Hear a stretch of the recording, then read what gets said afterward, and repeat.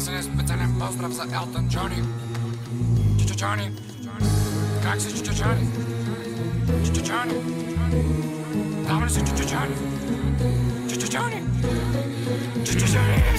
Здравейте, аз стрелях по папата, от глухата и нямата реших да карам сляпата. Кървавата работа, срам за майстора. Ай се ама пай се, защото заредил съм снайпера. Пуснал съм и таймера, имам още само 2 минути, за да ви разкажа тази история за тия люти сълзи, които после роних в затвора. Зора беше само за анала на отвора, тоест за отвора на анала ми, с голямо фи, а така боли. Прилича на тръба прогас Александрополис. От мусил станах аз просто сладка мис.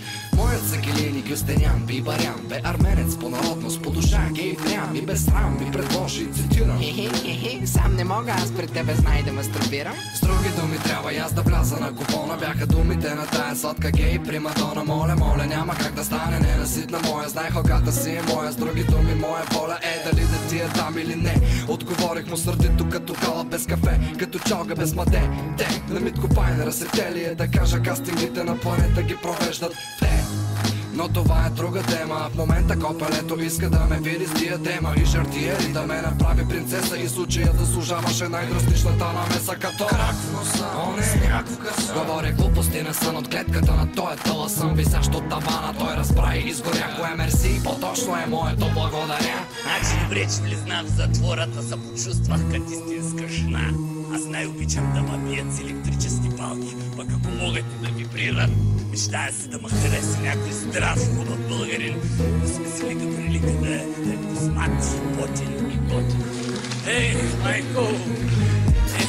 Когато бях тинейджър, бях си купил пейджър. Звъннах на майка ти, представих се за рейнджър. А тя си падаше явно по пича на оръжчик. Не знам защо харесва той бърдясъл път пътък. Уредихме се среща в ранчото на Ганчо. Пристигна с купената кобила на пан с Санчо. Мена как може да е скопена една кобила. Не знам, но помня как напълних майка ти с тротила. След секса животински запалих папироски и си мисли как се смекнал на майка ти проста. Реката ми лява на бара, валя сушена плява и мучеше зад майка ти някаква петниста крава. След последните тръпки отстъпих 10 стъпки. Последва зрифът, който пръснаха се моите пъпки. Не бях виждал такава ударна вълна. Помня към небето как летяха стадо пърлени черва. Вкараха ме с прела пандела за малолетни. Голяма скука бяха там дните ми летни. Бащата се водеше някакъв превъзпитател. Обяснявах му често как искам да стана писател, да напише бестселър. Как убих жена му, как искам да поплача на самотното му рамо. И само като се сете как баща ти побесня и цветът на кожата му посивя, пребледня. След като му сложих в чия цианит,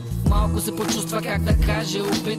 После ми се стори, че някак си почина. Лепнаха ми още 100 години и половина електрошокова терапия и в зрелата пандела. Дойде ми малко повече какаото с канела. Че там се запознахме с индивида Керанов. А ти, слушателю, за нас бъде готов.